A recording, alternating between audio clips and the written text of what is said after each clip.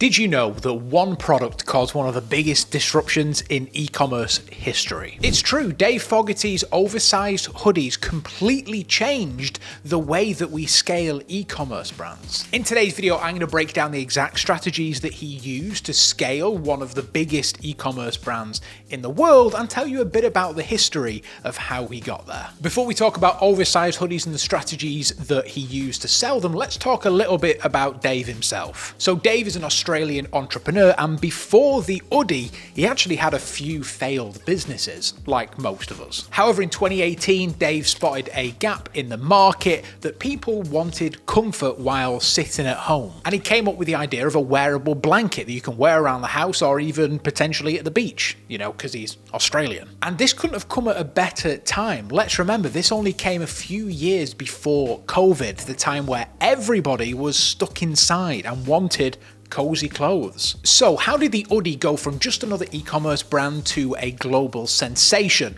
Well, that lies in Dave Fogarty's amazing ability to market his product using channels like Meta and TikTok. In the early days, if you had to scroll through the Oodie's ad account, you'll find that they weren't really focused on the product. Instead, they were focused on the emotion that you got from using the product. At the end of the day, an Oodie is just a hoodie. Just big and fluffy, and they knew that. And so when they marketed it, instead of focusing on the USPs that the product had that was different to other things that people might have in their wardrobe, they focused on the feeling, the cozy feeling that you got when you wore one. And if you look at most of the great brands that are leading in D2C, they all do the same thing. Another great example of this is Dr. Squash. They often focus on the way that it makes you smell instead of just how different the soap is, and the way that that smell attracts the opposite sex. They're focusing on the feelings, the emotions that people get when using the product instead of the product itself. As well as the feeling and the emotion that people got when using the product, it was also the format of the ad that they were being delivered. The Oodie has a massive focus on UGC, user-generated content, seeing real people using the product. And UGC was not only an important part of the Oodie strategy, but is an important part of everyone's e-commerce strategy. And that's why at Fraggle, we make over 700 ads every single month, with a large percentage of those ads being UGC. So if you need some UGC videos and you run an e-commerce brand, have a look down there, book a call with me, check out our work, and potentially you could be the new Oodie. Anyway, let's get back to it. At first, that was influencers on Instagram that people followed, but then as time went on, it became a focus on normal people, the type of people that we would interact with. And seeing people just like yourself wearing an Oodie meant that you wanted one as well. You wanted that cozy feeling. But strategies like this can be done by anyone. So how come that the Oodie stood out from everyone else? Well, the main thing for that is that they were first to market. People often forget how important it is to be the first one to do something, because after the Oodie became so successful, there were so many more copycats that came to the market. There were other very similar brands at a very similar price point, but then as time went on, you could get these off Temu, you could get these from anywhere dirt cheap. But because they were first to market, they were a household name by about 2020. So people knew what an Oodie was and they wanted one of those rather than the cheaper version. In fact, searches for the term oversized hoodie increased by 300% between 2020 and 2021. And because of this market saturation, it became harder and harder for brands like the Oodie to advertise on Meta, because the CPMs just went sky high because so many people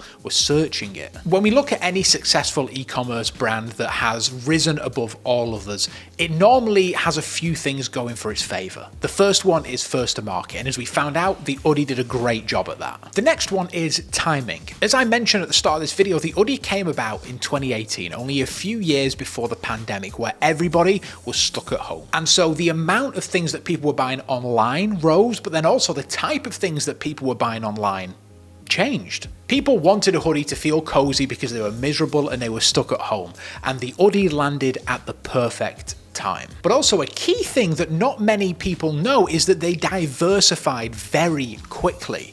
Although the Oodie is known for the big oversized blanket hoodie, they very quickly moved into other types of products because they knew that people were copying them. And so if you go on their website now, you'll find pajama tops, you'll find full sets of pajamas, you'll find blankets, a ton of different products that people can buy. If you're building an e-commerce brand based on a trend, you need to ensure that you diversify your product range so that you can last when that trend is no longer a trend. And that is exactly what Dave Fogarty did so very well with the Oodie. Hopefully this video has proven to you that the Oodie was not an overnight success by any means.